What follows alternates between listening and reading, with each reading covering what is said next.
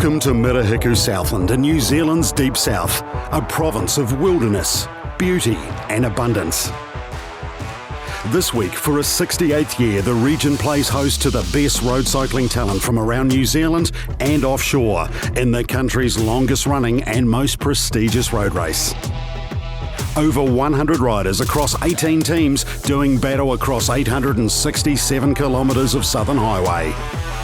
Through fertile farmland, majestic fjordland, a defining climb up Queenstown's Remarkables, the iconic Bluff Hill, all leading to a winner being crowned in Invercargill 1 week later. This is the 2024 SBS Bank Tour of Southlands.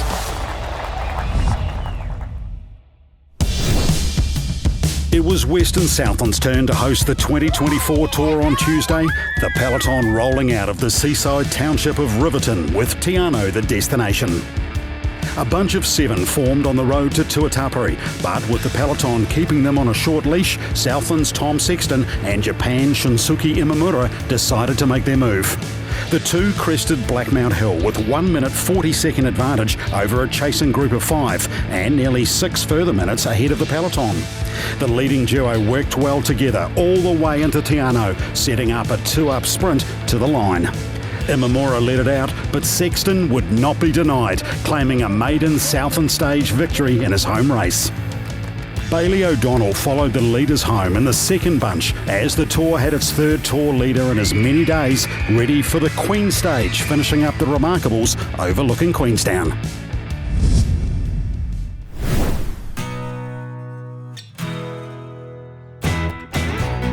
Yesterday was a mentally beneficial day. Obviously stage 2 was, winds out of hell, and true Southland day. There's been a lot more about setting up good positioning in terms of echelons and the like, whereas today is going to be more about conserving and then hitting that climb hard or trying to get out front so you get a bit of a buffer to go with. Yeah, it's another nice day in Mossburn. We've been pretty lucky to have a few of those, not a breath of wind, and it's a super fast run into the base of the Remarkables, so I'm sure there'll be a little bit of a fight there and the break might be back or it might still be up the road, but regardless it's going to be a big fight, and then it all kicks off for a good while up that climb. Yeah, well, obviously it's a bit longer than last year. This year it's 10k, 10%. Not entirely foreign to me. I've been racing in Italy for the last 7 months, but yeah, it's very Euro climb as opposed to what we're used to back here, which is about 5 minutes everywhere. This is going to be about 40. I think KOM's held by Josh Burnett at 33, so there's the challenge. But it's going to be a proper leg breaker. 10%'s no joke. Yeah, I think it's just going to make a brutal stage even more harder. In my opinion, adding that extra, I think it's around 4k. It's almost doubling the climb. Luckily enough, we don't have any wind today, so it's a bit different from the year that I won. But yeah, I think it's going to be an interesting stage and one to look out for, that's for sure. We haven't really had a test on a 40-minute climb before, and we're going to find out who's got the legs pretty quickly. I think we got a pretty clear big threat in Josh. Everyone knows how good he is at climbing, and obviously he's taken another step up in the last couple of years. And then also we'll just be looking out for all the other good climbers that made that front split on day 2. So 100 of the original 108 starters make their way out of Mossburn here. Hot conditions as they line themselves up for the Queen Stage of this year's tour. Doug, this is the one that has been talked up for a number of months leading into this year's event. This is the one we've all been waiting for, Julian. The start coming out of Mossburn is pretty sedate. You come up towards Jolly Hills, pass through Athol, there's some more flats, you hit the lake is where it all starts happening, and there's a few lumps and bumps around the lake, of course, before you're heading on up to the big right-hander to the finish up at the Remarkables climb. This is going to be a huge day. The weather's great. There'll be a lot of anxiousness and a lot of nervousness in this group this morning. This is going to be a day all about time. Some of these riders are going to try and get themselves off the front and get as much time as they possibly can going into the base of that big climb of the day. 10 kilometres this year, an extra 4k. As much distance as they can from those big hitters, because they'll know that when they hit onto the hill, they will start to reel riders in. Edward Pawson here from the Pista Corsa PRV team trying to get away. These attacks at the start are really going to force the pace of this race, and it is really going to be harder on the riders who are looking further ahead to the remarks climbs. The pace and tactic at the start of this stage is going to dictate how much energy the group has got left going up this last climb. Yes, there's going to be a number of teams that have still missed out on opportunities over the last few days, so they will be scratching their heads over the last 24 hours of how they can take on the big hitters here, and this could make it for a very interesting day out on the roads here, over 112 kilometres. You can see here the tour leader and Bailey O'Donnell and the sprint ace rider there having a bit of a convo at the front as to who's doing who and what. It's really going to be a tough decision as to who goes up the road here, and whether these major teams who are vying for GC, the Creation Signs, Mitre Q and so on, actually let them go. My thoughts are, as we can see, no. They're going to shut it down, keep it tight, and they're going to try and contain everything as long as they possibly can before they hit that lake. Yeah, we saw the shake of the head there of the man in the black and yellow, James Gardner of Otago, first day stage winner, and that he's looked over at the rider in front of him and said, no, I'm not coming through, I'm here to ride for Josh Burnett.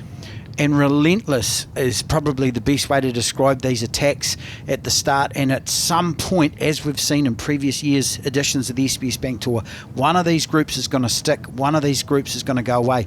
Meanwhile, whilst they're trying to get away, the whole field is chasing them down. Once again, you can see tour leader at the front with the green Harcourt sprint ace leader there. He will be thinking, hey, I don't want these guys getting away because they could potentially take my sprint ace jersey. So approaching some 20 kilometres into the stage of this 112k Queen stage, and riders starting to head off the front here. And interesting to note, the man in the green, Tom Sexton, he's actually second in that category, but today he needs to take on the challenge of the man in the orange, who is actually leading in that, and he picks himself up the maximum 3 points. These two, Doug, are going to go head to head all throughout the week, I suspect. Bailey knows that today will be probably the last day he'll be wearing that orange jersey. It's a really interesting dynamic, Julian, and this all unfolds. Of course, this is the joy of and the beauty of bike racing. These circumstances unravel. You're not just sure how it's going to play out. Bailey O'Donnell will be planning for the worst, hoping for the best on this stage, but it's going to be a climber's stage. We've all talked about this all the way through this year. The SBS Bank Tour of Southland is going to potentially be decided on this stage. It's like the likes of Kean Watts there of the Power Nets team heading towards the front. That is a team that has performed extremely well throughout the week so far. And of course, they've got the likes of Kent, they've got the likes of Ollie Jones, who are very good climbers in their own right, and we would expect to see them up to the front of the race here when it really starts to matter. Yeah, the Jollies Hill Pass is not an easy climb. It's not a hard climb either, and there's a huge descent off this climb all the way through to Athol. With one of these groups here, Josh Burnett, they're looking handy at the front. He's not letting anything get away. That's really interesting that he's at the front of this race at this point. But there's a big descent off this climb. If you can get a group, get some speed on the other side, this group just may stick and get away. This is interesting to note, the gap that's opening up here for the Jesco Hydraulics King of the Mountains, Josh Burnett. Very easily it looked. He opened himself up a couple of 100 metres gap there with his teammates, Oliver. And all of a sudden, the main peloton are going to have to do some chasing.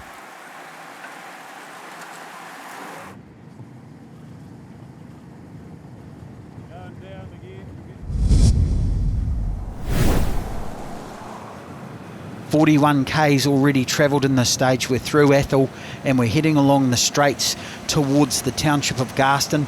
Previous years, there's always a bit of wind blows up here, one of the conditions that you have to contend with. Today, you could not get better conditions for bike racing. Not at all, and it looks like a decent sized group that have started to establish themselves off the front here. In the distance, we can see the peloton, but it looks like 10, maybe 11 odd riders here are opening up a bit of a gap, some 20-25 seconds visually looking at it from here, and there's some chasers trying to scramble themselves across the front.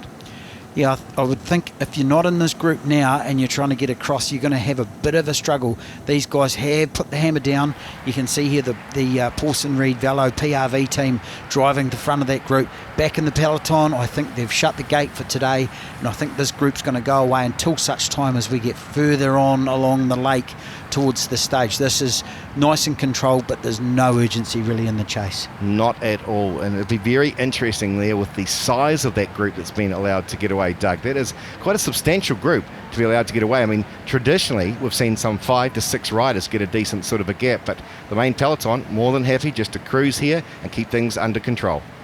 Yeah, I think you can throw the textbook away on this year's edition of the SBS Bank Tour. The whole thing has just turned on its head right from day one. There's number 93. That looks like Fraser Hewitt.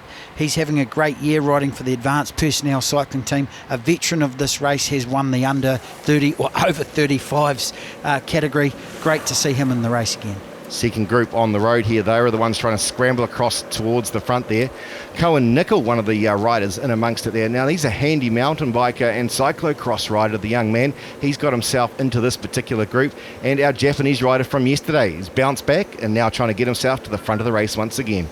Just fantastic to see these guys have, really come, as we said yesterday, all the way to Te Anau, came to race and almost took a stage. I don't know if he's going to get up the hill perhaps as easy as he got through to Te Anau yesterday, but great to see them up the front of this having a go. So here's a look at who exactly is in that leading particular group here, and quite a mix of teams once again. But yeah, the Pista Corsa team, they've very much come out to play here today. They've waited a few days and now have decided it is time to try and hit out. James Wilson there, the man in the blue colours from the Central Benchmakers, is a strong rider, got a very good sprint on him. It'd be interesting if he tries to pick up a few points along the road. Yeah, we saw him featuring in the very first stage around the Queen's Park, the 3 away with James Gard doing at that stage. But there is a good mix here, Julian. Marshall Irwood, we saw earlier on there, number 6, Marshall Irwood, Creation Signs Montague, probably sent up here by Josh Burnett as a bit of a gatekeeper just to keep an eye on things. I don't think he'll be driving the pace. No, he'll have a job to play here for his team, as we see a couple of riders getting across here from the Copeland's Cycling Time Racing team here. So they're starting to put numbers into the front of the race here, as we see a variety of different riders here from all the teams starting to be represented. I saw iBuild in there, C Brown Builders in amongst it, Home Solutions 1 or 2. It's really starting to mix it up. You do often notice this later on the tour. We're halfway through this year's edition. The brakes do go away a wee bit easier. The legs are a wee bit more tired. Fatigue starts becoming a factor. Energy levels. So this is normally a very, very windy section around the Fairlight area here where the Kingston Flyer turns around. But today, not a lot of wind. It will really help these guys staying away in this stage. So the 11 riders now have swelled to around 17 as those half dozen riders have made the junction here. And you can see a number of the vans being put in place there behind them, suggesting very clearly that they have a well over 30-second gap. That's when we start to put the vehicles in to support the leaders. Yeah, coming around the Devil's Staircase area around Lake Wakatipu, what a beautiful sight. You could not get a better set of scenery to run a bike race in the whole of New Zealand. And I'm biased, Julian, of course, but this is just incredible. Incredible scenes, like something out of Europe.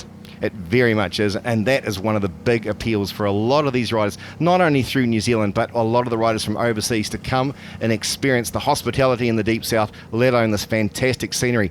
And they'll see plenty of it today once they reach the very top of the hill. But of course, they've got a lot of work to do beforehand, and I'm sure there's going to be a few of them chewing the handlebars.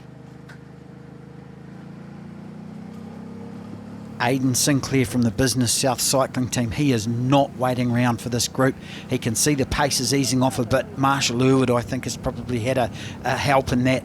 This man has taken a big leap of faith. He's obviously brave, got good form. He's had a bit of overseas experience as well too. He knows what he's up to, but this is a huge move at this point in the race. He's still got a lot of climbing to do before he even gets to the base of the climb, and he's taken off on his own. Yes, it's certainly challenging terrain that he's decided to make his move on, as we get a great shot here of the peloton all strung out in single file here at this point in time, still hovering around that 2 to 3 minute sort of a gap here, so they're not allowing them to get out too far. We have seen in the past groups going off the front having 5, 6, even 7 minutes before they hit the base of the hill. And there we go, 3 minutes 19 confirmed for us here for the time gap, and it is now the Creation Signs Mitre Q team that have been put onto the front, and of course the Tour Leaders team, they've got the Home Solutions riders up there as well, trying to keep things under control. They don't want that lead group to get too much of a distance.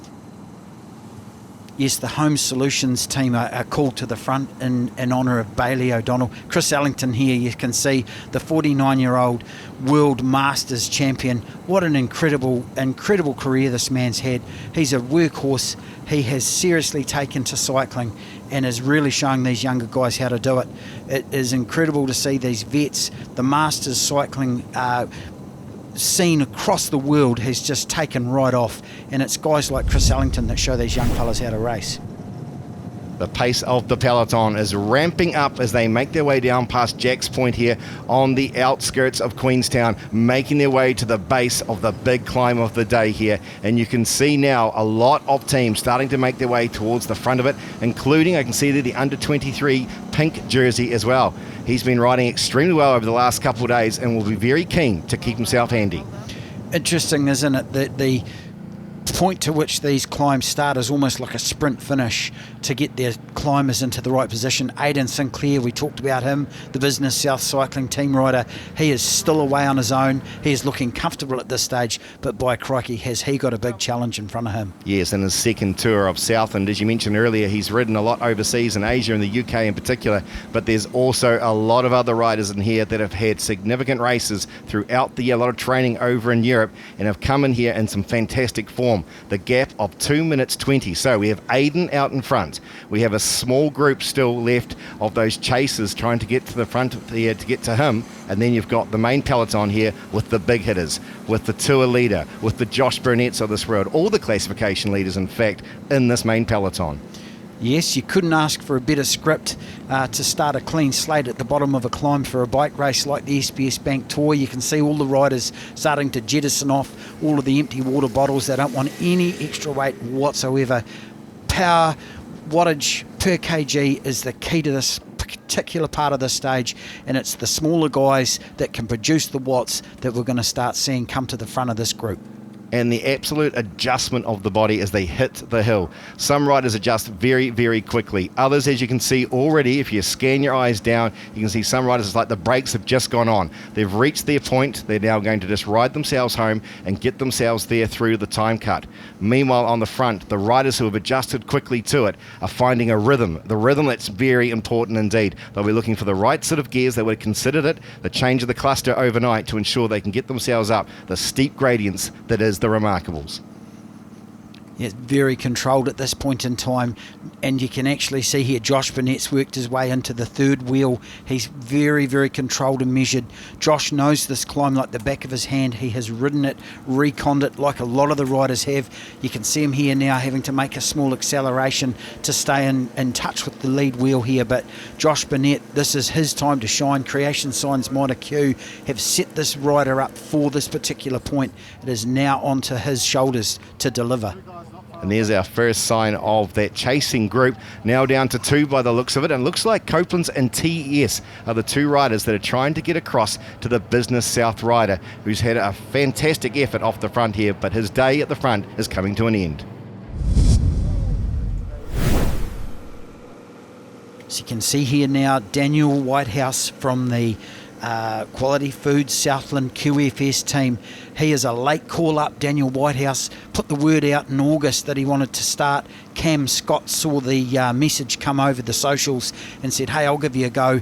A very, very good recruit here from Cam Scott, the DS at Quality Foods Southland. This man's looking very, very comfortable here. And Josh Burnett is really also looking comfortable. He's working away, keeping a nice rhythm going. But Daniel Whitehouse is the guy setting the pace at this stage. Copeland's once again up there as well, and it looks like Jenner sitting at about fourth wheel. Now, this is the man that's already experienced the orange jersey. We know he's won stages in the past. He's a very consistent sort of a rider, and he's got himself there right in the mix, right from the base of the hill here. And look at it explode, Doug. This is incredible. We entered the base of this hill probably with around 80 in this peloton here. We're getting it down to around a dozen. Yeah, it soon whittles down, and you can see here the leaders now, William Cooper and Elliot Schultz, as you're saying, they are starting to get onto the lower slopes. It does have the odd step and steer, so the riders do get a wee bit of a breather, if you can call it a breather. But the cadence and the style of these guys, they've got the shirts open, they are seriously hot. They are in complete contrast to these guys who are coming at them like a freight train. And there goes our leader. He's disappearing out the back there in the pink colours from the Business South team, and he's disappearing as the chasers now start to put their heads down and get into the rhythm and try and peel themselves up towards the front of the race. And there's Matthew Wilson, the advanced personnel cycling team member, sitting up at the back, putting his glasses on his hat. He's a mountain bike, comes from a major mountain bike background. We all know Josh Burnett's mountain bike background, but these long sustained climbs seem to be attracting the mountain bike. We know the Oliver boys from Creation Signs Mitre Q are the mountain bike champions of New Zealand. So it's going to be a very, very long, sustained effort from these two to stay away from that chasing group behind. The two of them are working well together as we start to see some riders struggle a little bit here. Schultz starting to disappear off the back of this group here. Of course, he's a man that's finished second in the New Zealand Cycle Classic. But just going with the rhythm here, it is just absolutely crushing the hopes of a number of riders here on the climb. As Burnett gets out of the seat, he has been up this hill so many times, he'll know every inch of it. Every inch of it, and every single watt that he's putting down on that power meter, they ride well within themselves if they can. You can see there that's game over for one of the Cooplands lads, but Daniel Whitehouse is the only rider in this whole field that's managing to stay or attempting to stay on Josh Burnett's wheel. He's riding within himself. He's got a beautiful style. He's suited to this long climbing. We've seen him win huge stage races in North America with climbs like this. So it is now Josh versus Whitehouse in the QFS squad. This is going to be a ding-dong. I'm intrigued to look at the sprockets that they're in there, Doug. There's some big ones on the back there to ensure that they keep that cadence turning over. And Whitehouse looking very comfortable with it as they now reel in yet another rider. And this will be the TES Deep South rider here who's been out in front for quite some time now, William Cooper. That was a fine effort from him. Now, has he got the legs to jump onto the back of these two? Because he'll know these are serious contenders. He may well have set himself up for this so that he could get the opportunity to go with them. That's very, very interesting you say that, Julian, because a lot of the riders who perhaps didn't have the legs to go with that initial blast of these guys at the start may have tried to get a springboard up, get up the road so they can get caught like this. But you can see Josh Burnett and Daniel Whitehouse, they're putting on the pace. Daniel Whitehouse is looking very, very relaxed. He's got a very, very economical climbing style. He's not out of the seat at all. He's stayed seated all the way. Josh, you can see in and out of his seat. He's utilising all of his muscle groups that he can. Daniel Whitehouse, at this point in time, is looking very, very, very ominous for Josh Burnett.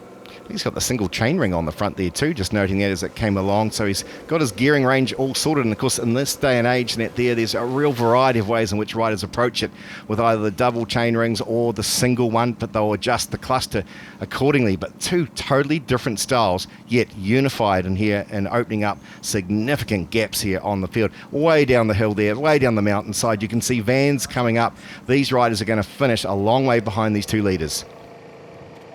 And you can see here Matthew Wilson from the Advanced Personnel Cycling Team.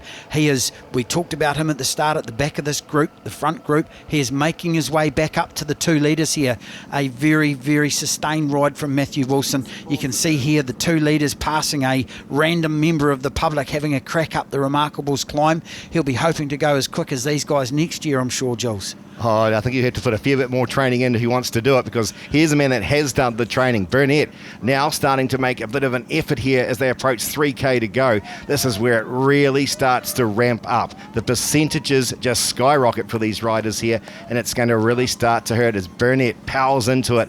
That half dozen lengths, he's not really getting rid of Wilson in a hurry here, but he is desperately trying to do so. Yeah, he's just put in a couple of lengths, like you said. He has a quick look over his shoulder to see whether any damage has been done.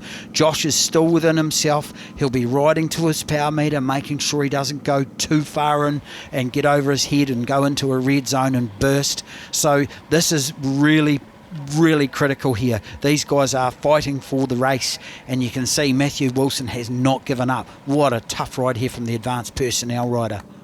So Burnett, he is a former winner of the remarkable stage. They've already gone past that point, which was at 6 kilometres. Now starting to approach the gravel section, which goes for a couple kilometres at the end, just to make life a little bit more challenging for them here. But the man in the polka dots looking to secure maximum points here today and really make it difficult for anyone to get that polka dot jersey. Can he take a stage? Can he get that jersey? And most importantly, today, Doug, can he put himself in the orange? He is doing everything he possibly can, but he's being pursued by these two riders. And Julian, this terrain, the steepness of this climb, the surface, you can see here Josh taking a quick look at the camera. This is brutal. Glenn Thompson's really put these riders through their paces by putting them up here. This is probably as tough a stage as you'll ever see in any bike race in history in New Zealand cycling. Whitehouse and Wilson here now going head to head. They are still trying to get themselves across to the front here, but they know in the meantime they have a battle going on for second and third. And between the two of these riders here, Doug, both of them have an outstanding climb indeed. You can see here the style of Matthew Wilson, the advanced personnel rider, as opposed to Daniel Whitehouse. These two behind are chasing this. The leader here with 1K to go. Josh Burnett is looking really, really in himself. This is an incredible ride here from Josh. But you've still got to get over the terrain. You've still got to get over this gravel. Josh will be hoping not to have any mechanicals, not to have any punctures. And these two behind are seriously, seriously hanging on. Wilson absolutely digging in here. He's giving it absolutely everything here. There's nothing to lose. Every second will count. They know they could springboard themselves right up the general classification here with an outstanding ride, and all three of these riders are putting that in here today. But Burnett, you can see him disappearing up around the corner. And now Burnett will be seeing the finishing flag here in the closing metres of the Queen stage of the SBS Bank Tour of Southland. Josh Burnett, take a bow. You've taken it out here. The second time up the Remarkables, 10K of climbing, and he is proving to be one of the strongest, if not the strongest rider here in the SBS Bank Tour of Southland. An outstanding ride here by Wilson to come into second place and springboard himself further up that GC. An incredible ride from these riders. Josh Burnett has really shown these boys how to climb up a major climb, and you can see the exhaustion here from Matthew Wilson. They're spent. And then of course Daniel Whitehouse, he has really paced himself well, probably paid the price for keeping up with Josh in the earlier climbs. Celebrates and congratulates the second place getter there. These guys have really had a big day out. It's been a massive day out here on the Remarkables. It has proved to be the defining factor here midway through the tour.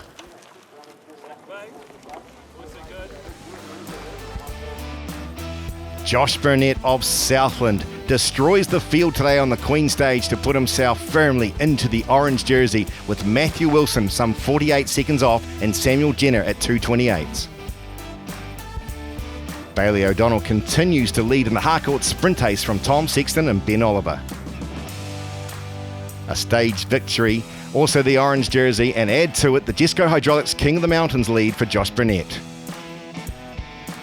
Declan Trezise continues to hold on to the under 23, now being challenged by Marshall Irwood and Guy Yarrell.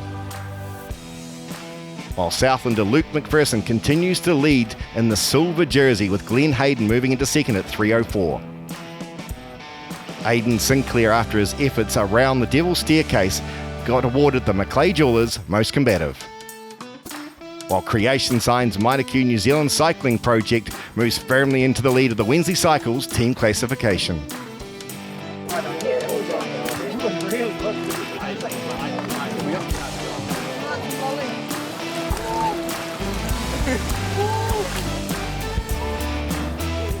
It's kind of hard to judge exactly where the finish line was. You see the 1K to go, but 1K up there was a long way, so I could tell it was a little bit of a downhill, so I sort of sprinted that last little pinch and then rode it into the finish. So it's all about not going too hard too early on something this long, and just sticking within what I'm capable of, which I think I did quite well today, and maximising the time. So I've got a great group of guys around me, and hopefully for more of the same tomorrow.